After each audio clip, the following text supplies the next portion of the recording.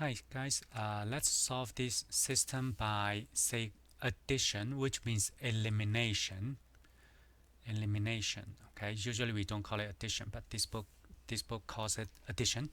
So how do we solve this by elimination?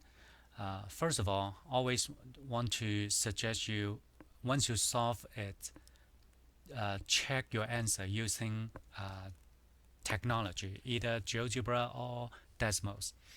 So something that I believe most of you dislike would be the fraction, right? So how about we just get rid of the fraction in the first step? For the first equation, I'm going to multiply by 9 to both sides, right? Because 9 is a common factor. But when you multiply the 9 on the left side, make sure that you use distributive laws. In other words, you multiply each term by 9. So with that, the first one, 9 times 1/3 is 3x. Plus 9 times 1/9 is just 1, so you get y equals, here 9 times 2/9 is just 2. Compared to the original one, this is much nicer. The next one is you need to find this is a 2, this is 5, this is 3, so if you multiply all these together you get 30. So I'm going to multiply 30 to both sides. 30 is a common factor. So 30 times -1/2 you get -15x, right? 30 times 4/5, so 5 cancel, you get 24. Y equals 30 times -1/3 is -10. Okay, now because we are talking about solve by elimination, so let's figure out what we want to eliminate. I feels like I want to eliminate x. One is 3, the other one is 15. So how about I multiply my first equation by 5, right?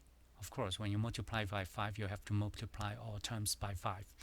So once I multiply by 5, this becomes 15x, and this is -15x. When you add them, they're going to cancel. So it seems like that's a good idea. So I'm going to multiply that by 5. I have 15x plus 5y equals 10. And the bottom one, I have -15x plus 24y. 24y equals -10, right? So now I can add these two together. So you're going to add. So 15x, -15x, when you add, they're gone. Now I have 29y. 5y plus 24y is 59 equals 10 plus -10, which is 0, which means y has to be 0, right? So I get my y. Once you get your y, you can pick any one of these equations to solve for x. Okay, so that's the and of course at the end you want to check whether your answer is correct or not using technology. So that's my hint.